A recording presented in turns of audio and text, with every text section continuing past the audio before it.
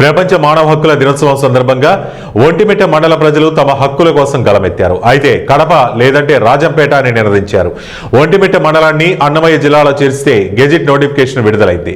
దీనికి నిరసనగా జేఏసీ పిలుపుతో మండల వ్యాప్తంగా ఉన్న గ్రామాలన్నీ ఒకే దిశగా కదిలాయి.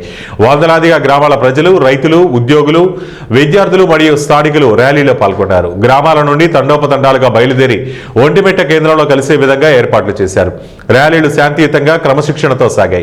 ర్యాలీలో మా ఊరును మా నుంచే దూరం చేస్తారా, మా అడుగులకు ఇంకా కడప దూలే ఉంది, చరిత్ర మర్చిపోకండి, మమ్మల్ని మర్చిపోకండి, పటంలో గీతలు, గుండెల్లో గాయాలు, కడపతో నడిచాం, కడపతోనే ఉంటాం. ప్రజలు ఎటువంటి అంతరాయం లేకుండా క్రమశిక్షణతో ఈ ర్యాలీని విజయవంతం చేశారు.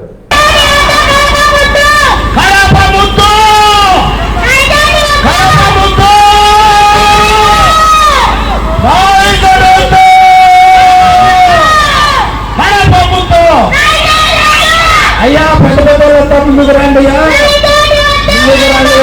వెనకముందు కాకండి, అందరూ కలపరండి. 4 రోజుల నుంచి కష్టపడి నాయకులంతా కూడా ముందుకు నిలబడండి. ముందు నాయకులు వెనకండి కొట్టే ముందుండండి.